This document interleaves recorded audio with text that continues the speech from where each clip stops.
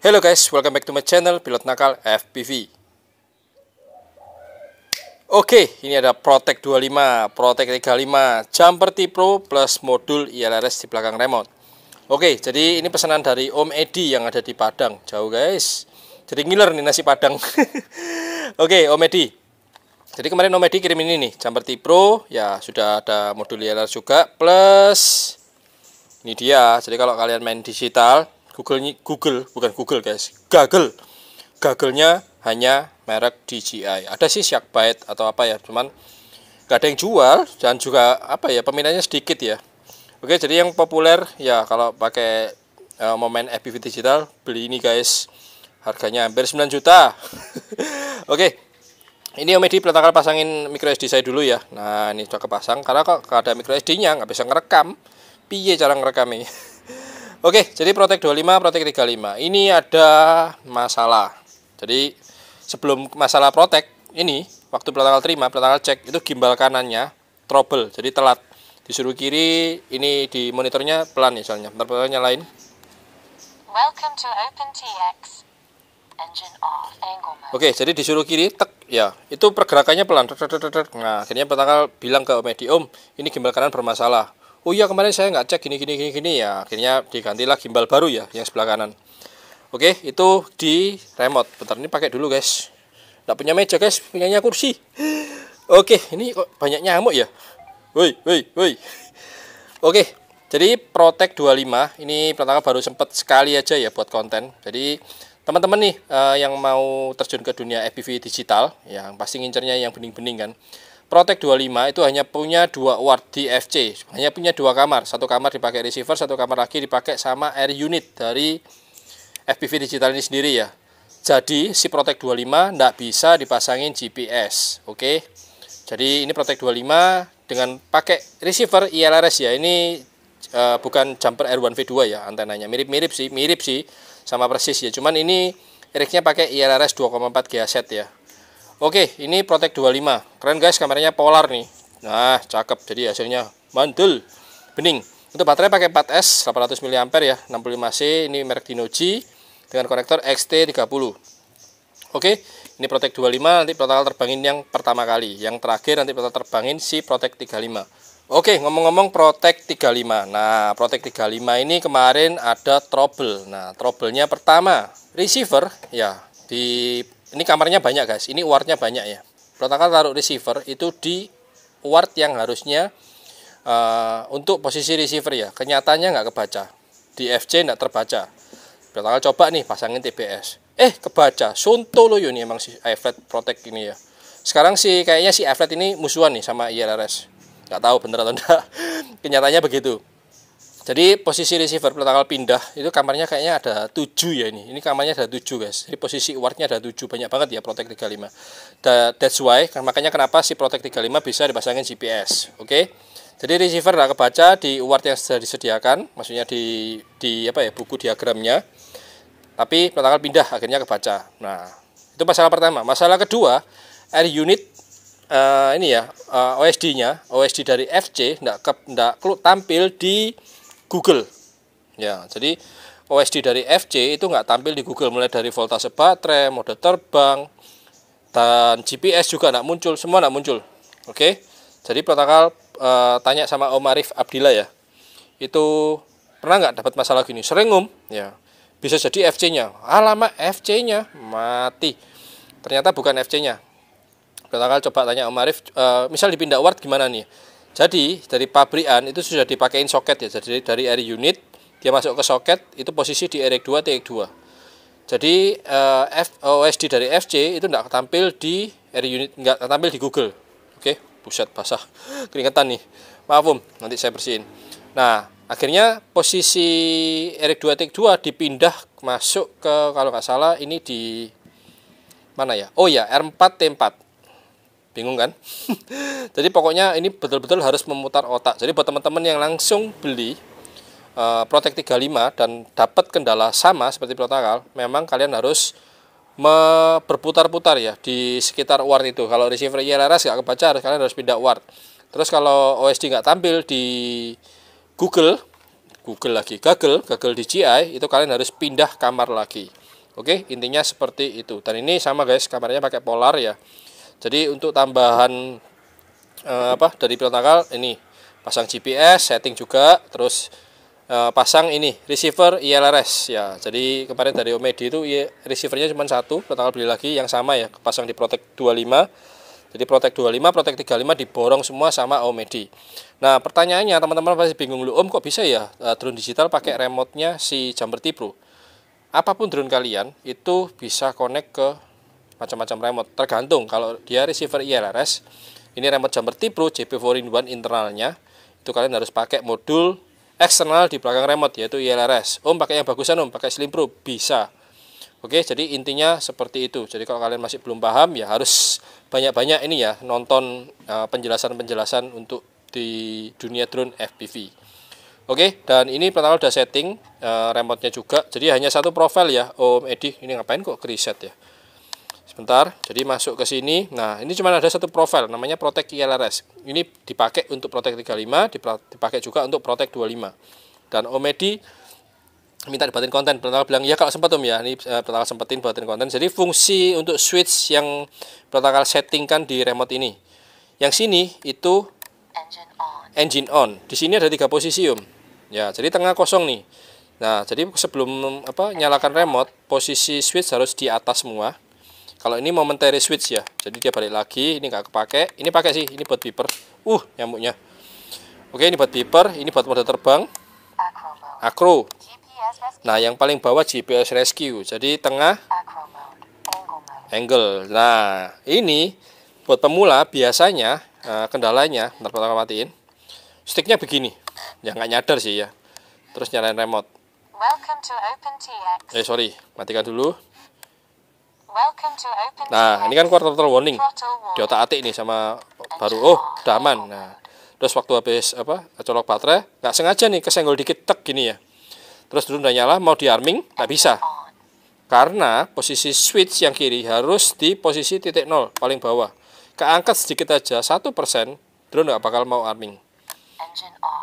Oke, dan sebelum arming, pastikan posisi di mode angle. Mau di acro bisa, kalau udah bisa acro ya. Kalau angle, kalau masih baru banget, coba di mode angle. Oke, itu tips dari pilot nakal, saran-saran dari pilot nakal, karena banyak yang pesan pakai RTF itu waktu nyampe bingung, Om, nggak bisa arming ya. Terus pilot nakal videoin dong gitu. Ternyata ini sticknya keangkat dikit, bahkan ada sampai atas guys. Nah, itu fitur fitur keamanan dari Betaflight sendiri ya. Jadi waktu remote connect dengan receiver dan ternyata dapat perintah, ternyata throttle-nya di atas, di arming nggak bakal mau drone-nya. Oke, terus apalagi nih ya? Punya Omedi. Ini Omedi udah kebelet nih pengen terbang. Jadi yang pesen paket RTF ke pilot nakal di bulan ini luar biasa banyak banget. Oke, rekaman nanti ada di Google ya. Nah, yang pasti di microSD. Jadi nanti Omedi pakai microSD ya. Ini pakai microSD saya. Speknya sih pakai yang ini ya, yang ekstrim. Nah, kalau ada yang ekstrim pun lebih bagus sih. Oke, nah seperti ini. Ini udah bulukan nih. Oke, jadi wajib dipasang microSD. Dan yang terakhir, ini pertama sudah hack ke FCC ya, baik dari Google, dari AirUnit, semuanya sudah dihack ke FCC. Dan ingat lagi satu, buat yang baru pertama kali terjun ke dunia FPV, pengadaan sendiri, beli sendiri, bingung di setting, terus nanti cara pengoperasinya gimana, ya itu cukup panjang sih kalau pertama mau jelasin. Yang pertama, kalian waktu beli AirUnit harus aktivasi ke DJI ini ya, software DJI di PC. Itu kalian harus aktivasi. Setelah aktivasi ada update firmware. Kalau memang firmware-nya belum terbaru, dia minta update. Kemudian nanti harus binding ke Google dari AirUnit yang ada di drone, connect ke Google lagi, Google. Oke, ya prosesnya kayak gitulah. Sekilas info aja ya. Oke, tidak pakai babi ibu. Google-nya mati guys. Jadi cara nyalainnya pencet tahan baterainya. Ntar ini baterainya dikantongin soalnya. Oke, ini baterainya mirip-mirip Mavic Mini ya. Pencet sekali, terus pencet kedua, pencet dan tahan. Oke, kedengeran, fan-nya langsung nyala. Oke, baterainya sebaiknya dikantongin aja, biar nggak mengganggu. Ini bakal pakai dulu ya. Oke, pertama mau nerbangin si Protect 25. Nah, pakai baterai 4S, dan mesti diperhatiin nih buat Omedi sama teman-teman ya. Jadi, main drone FPV itu ribet, ya kayak gini nih. Harus menyulam kabel balancer supaya nggak dihajar sama propeller guys. Oke, sudah seperti ini baru dicolok. Nah, ada beeper bunyi tik sekali, dan di remote langsung keluar telemetri. Itu 4 baris ke atas ya, seperti sinyal. Oke, ini kita akan angkat sticknya, terus kita akan arming. Engine on. Nggak bakal mau arming, jadi ini harus diturunin dulu, baru di Engine off. engine off, kemudian di arming. Engine on. Engine off. Engine on. Engine Oke, off. kurang lebih seperti itu. Pakai landing pad guys, biar aman. Oke, jadi waktu arming itu baru ngerekam ya. Jadi kalau belum arming nggak bakal rekam. Ini pertama posisiin Google-nya dulu, dan duduk manis di sini sambil lihat stick cam. Engine on. Oke, mulai arming dan mulai rekam. Acro mode. Kita akan masuk ke mode akro. Perhatikan remote-nya juga ya. Jadi motorik kiri, motorik kanan, telinga kiri, telinga kanan semuanya harus bekerja sama. Angle mode. Ini angle mode, Acro ini acro mode. Oke. Ini bakal kasih lihat. Jadi OSD yang pertama masuk di pojok kiri. Nah, itu akro, voltase baterai itu kemarin nggak tampil, sempat nggak tampil di Protect 25. Di Protect 35 juga sempat nggak tampil. Jadi masalahnya di sana. Oke, pakai Google lagi. Bening guys, kalian lihat tadi bening nggak ya? Kelihatan nggak sih tadi? Oke, bakal terbang di mode akro pakai Protect 25. Ini suaranya nyaring banget. Oke, 1, 2, and 3.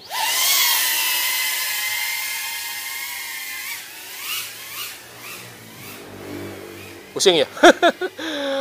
Oke, jadi ini Protect 25 drone favorit pemula ya, yang nyari apa namanya drone kecil yang sudah digital, FPV digital, yaitu Protect 25 sama yang kemarin protokol review itu Flywu Syntrace 20. Wih, suaranya guys, coba dari dekat ya. Ini suaranya Protect 25 nih.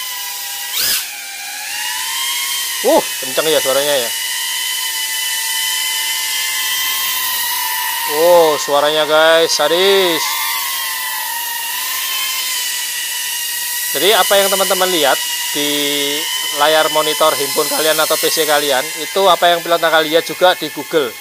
Memang yang di Google ini sebening hasil DVR yang kalian lihat. Bening guys, serius. Jadi bukan krepek-krepek lagi ya, nggak ada krepek-krepek kalau di digital. Bening terus dah. Bisa berapa jauh om? Ya sejauh mungkin lah. Aduh nyamuknya guys. Buset.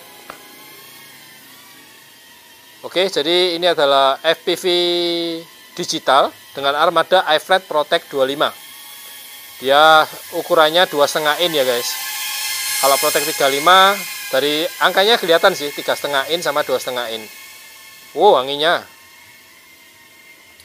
Oke, jadi buat Protect 25 jangan terbang jauh-jauh ya, secukupnya aja. Om kan udah pakai ILRS bisa jauh ya, tapi kita masih baru banget. Kita beradaptasi dengan ini ya, drone-nya dulu ya. Seperti apa sih menerbangkan drone digital, drone FPV? Karena ini adalah full manual. Jangan pertama terbang di mode akro. Akro kalau kiri terus ya, kanan terus. Nah, itu dia di akro. Jadi harus menyeimbangkan sepenuhnya yang dikendalikan oleh pilot. Beda dengan angle ya. Oke, ini pertama masuk di mode angle. Nah, jadi drone-nya bakal stabil nih. Suruh maju, dilepas dia bakal balik semula. Suruh maju, lepas, balik semula.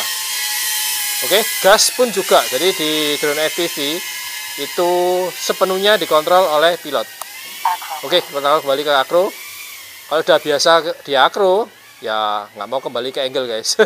Karena lebih luwes gerakannya di mode akro ya, lebih bebas. Nah, seperti ini gerakannya dipadu dengan berputar ya, itu jadi lebih indah gerakan drone FPV dibandingkan aerial. Aerial itu sama seperti angle. Nah, ini aerial. Oke, ini aerial, suruh maju. Oke, silakan coba terbang mode aerial ya. bukan mode angle. Jadi drone-nya ini stabil banget. Nah, ini buat Om Edi nanti belajar dulu di mode stable ya. Ini gampang banget buat pemula. Enggak sih, kalau masih baru banget ini ya harus bisa menyeimbangkan dengan gas. Oke, jadi gas itu nanti jangan terlalu tinggi. Nah, jangan seperti itu. Oke, balik ke akro. Baterai sudah 3,6 volt. Jadi diperhatikan buat Om Edi nanti di OSD yang ada di DJI Google ini. di kiri ya ada kekuatan sinyal, terus akro, angle atau step. Ini step. Nah, kalau ini angle step ya tulisannya. 3,6 volt, 14,4 volt. Jadi total saranin. Nah, itu low battery keluar, jadi segera landing. Oke, landing di helipad. Engine off. Pas gak nih? Hampir guys. Wah, hampir mendekati ya. Wah.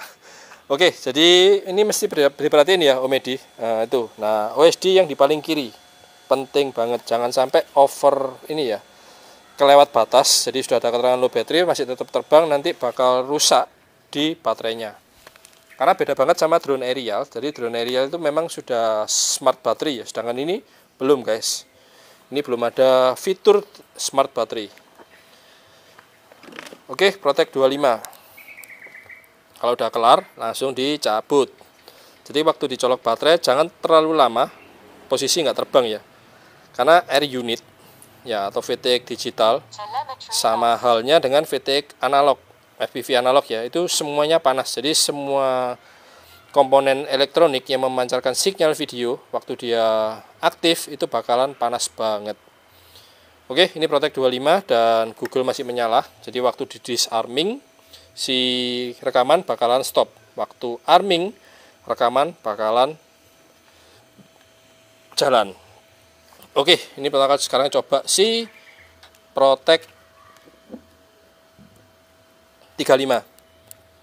Ini kayaknya pertama nanti ganti profil deh, buatin 2 profil ya. Protect 25, Protect 35. Karena flat time si Protect 35 sama Protect 25 beda. Oke, ini bentar. Nggak punya meja guys, punyanya kursi. Oke, ini Google pertama pakai. Ini dipegang dan usahakan semua switch sebelum menyalakan drone, semua switch di posisi paling atas. Oke, seperti ini. Nah, jangan di posisi engine on atau GPS rescue ya. Oke, untuk Protect 35 sebelum pertama terbangin, ya fitur yang sebelah kanan bakal jelasin lagi, angle, acro, dan yang terakhir GPS rescue. Dan yang ini untuk Protect 35 berfungsi untuk menyalakan beeper. Oke, pertama pakai Google dan ini colok baterai. Ini juga Om ya, diperhatiin. Jadi kabel balancer wajib diselipin supaya nggak diajar sama propeller. Oke, tunggu.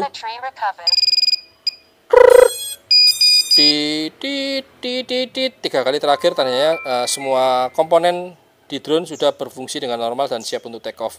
Tapi dengan adanya GPS kita perlu tunggu sampai angka satelit GPS mendekati angka 8. 8 baru boleh take off. Om belum 8 take off tidak apa-apa, tidak masalah. Oke, nanti kita jelasin lagi. Dan oh ya, beeper, ini beeper. Nah, waktu jatuh kita bingung nyarinya, ya kita cukup nyalain beeper. Ini kencang banget suaranya. Oke, dan sini keluar sinyal. Nah, 1, 2, 3, 4. Dan oke, langsung coba terbang. Kita sambil lihat Google. Kita sengaja taruh di kursi ya. Yang Protect 25 tetap di bawah. Kita ke arah sana. Oke, kita coba terbangin Protect 35 ILRS dengan menggunakan GPS. Nah, ini untuk packet rate kita setting di 250 Hz. Ya, terus powernya di 250 mW. Oke, kalau belum terbang, otomatis belum rekam. Setelah arming, nah rekaman pasti bakalan muncul ya. Bukan bakal ngedit terus dimunculin, enggak. Memang waktu rekam itu waktu dia arming. Oke, GPS belum dapat. Oke, let's stick cam. Oke guys, kita coba terbangin si Protect 35. Kita akan pindah ke mode acro ya. Dan kita mulai take off. Baterai 3,8. Ini tinggal dikit nih baterainya. Ini baterai 4S ya. Oke, 1, 2, and 3.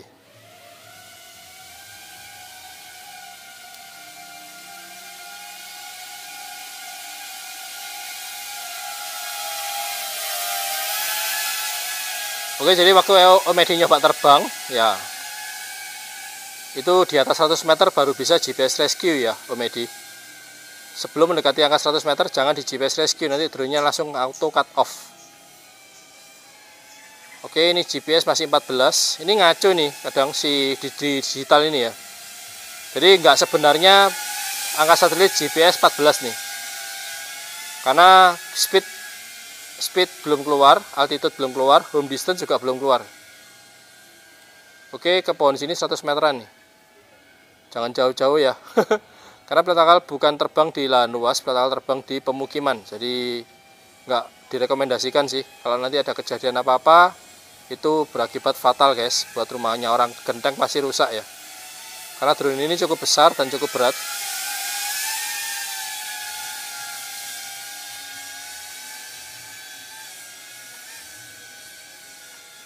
Oke, ini langit-langit.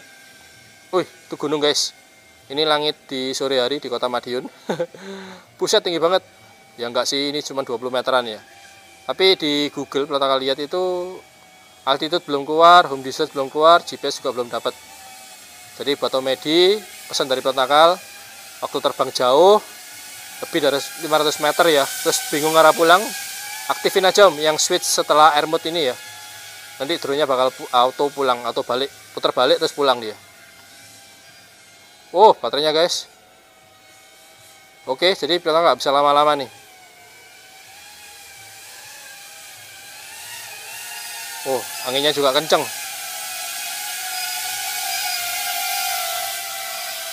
Oke, pelita takal balik ke kandang. Deketin protect. Oke, jadi sebelum mendekati rumput langsung disarming dan rekaman langsung stop. Oke, Omedi, jadi nanti kalau mau GPS rescue langsung pencet ini ya. Ini pelita takal demoin. Kalau belum lebih dari 100 meter, Omedi tiba-tiba langsung GPS rescue, nanti dia langsung cut off motornya.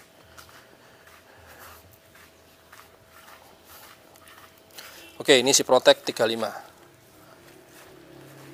Oke, di sini ya. Jadi ini posisi arming. Ntar di angle dulu. Nah, Omedi terbang ya. Terbang belum 100 meter, Omedi langsung GPS rescue. Ya.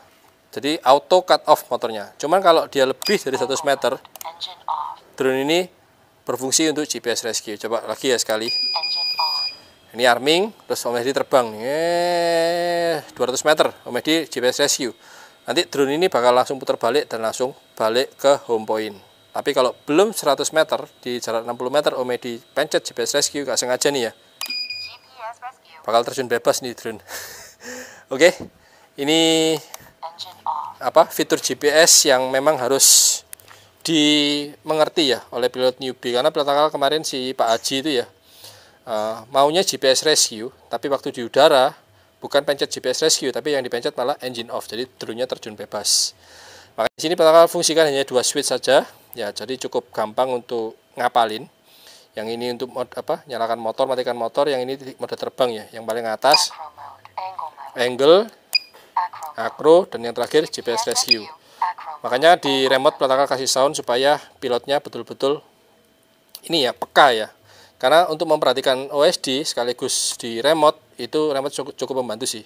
Kalau fokus di OSD Google ya terus lupa dengan fungsi di remote, itu bakal fatal juga sih. Oke, segitu dulu review dari pelita takal untuk pesanan Omedi yang ada di Padang ya. Banyak banget guys pesanannya. Dan masalahnya juga lumayan banyak ini. Dari masalah dari remote, terus di Protect 35 ya, sampai di Protect 25 juga. Oke, jadi kalau receiver sudah nggak ada power atau lost connect sama sudah lost connect sama remote bakalan bilang telemetry loss. Tandanya ya sudah nggak ada koneksi. Oke, yang pasti untuk LRS ya pelita takal doain semoga aman ya untuk terbang ya secukupnya lah, ya bertahap ya. Jadi jangan langsung terbang 1 kilo 2 kilo, jangan dulu. Dipahami dulu karakter dari drone FPV yang full manual ini ya. Oke, buat yang suka video ini jangan lupa kasih like dan jangan lupa klik subscribe. Memang di video pelita takal banyak informasi-informasi untuk para newbie ya. Karena jangan sampai lah kita buang-buang duit ya. Ini untuk Protect 35 harganya berapa ya? Hampir 6 juta kayaknya ya. Untuk Protect 35 hampir 6 juta. Jadi memang selisih dikit. Cuman dari model memang iFlat ini di jenis Protect ini memang banyak peminatnya sih. Oke, iFlat Protect 25, iFlat Protect 35. Pesanan Omedi yang ada di Padang. Good. Oke, segitu dulu review dari pelita takal. Kalau kalian suka video ini bisa kasih like dan jangan lupa klik subscribe. See you next video. Pelita takal pamit. Thank you, Sefla, and ciao.